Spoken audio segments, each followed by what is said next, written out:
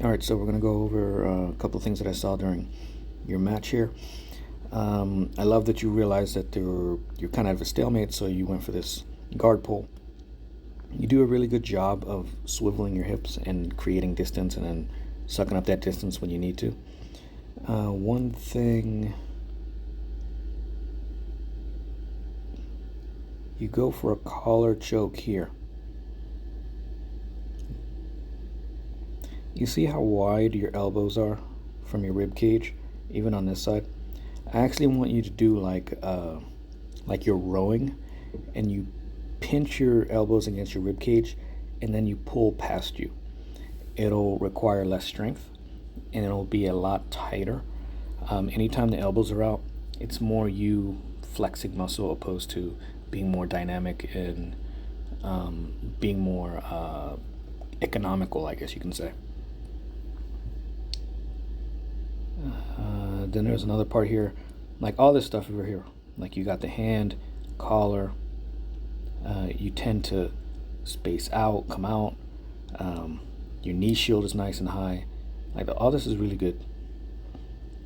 I think you start to take them over to your left, and then you go for an ankle lock here. Like all this is nice.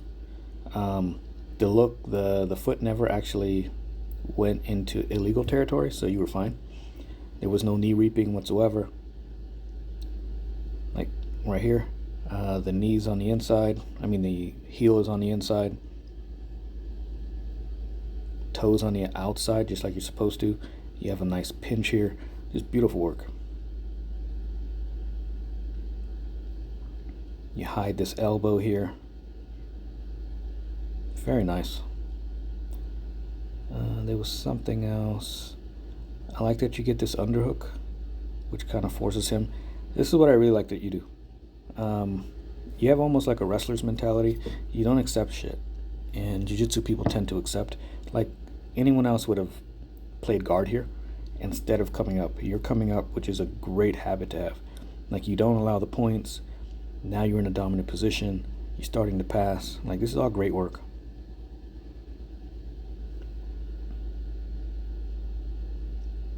I would eliminate this space here.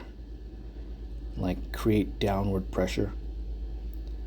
Suck up all the space.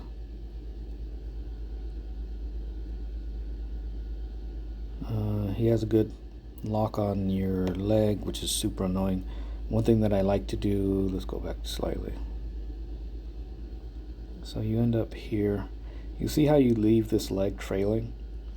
Anytime the leg is trailing, he can start to circle. You see he circled the outside. Now he's going to bring this foot along the front of yours. He does it really sneakily. Like he's taking his time with it. Now he's locked in.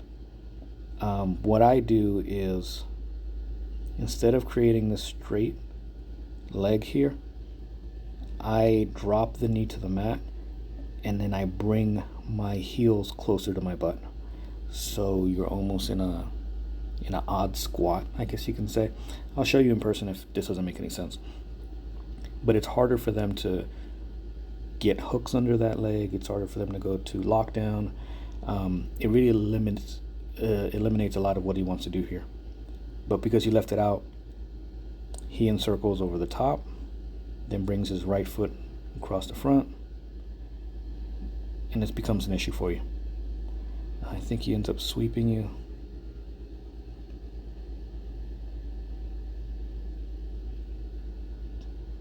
Yeah, actually a really beautiful sweep.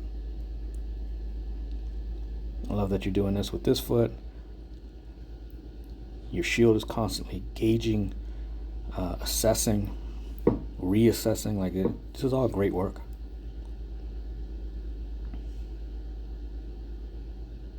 He separates a little bit. You adjust. He passes a little. So at this stage you can go to turtle. What you do, make sure there's a real issue here. Anytime we go to turtle, they can kind of start getting that far side arm. So I pinch this arm across my rib cage and then kind of hide the arm, the hand itself. So he waits for you to turn and then he locks this up. Pinch this in sooner.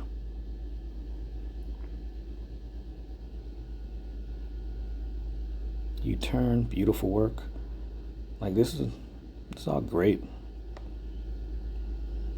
Like you never accept bad positions.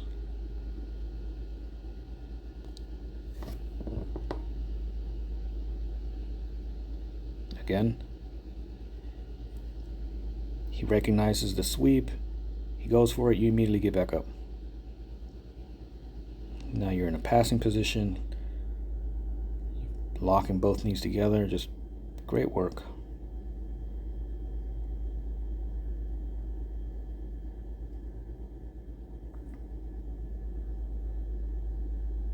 Nice collar.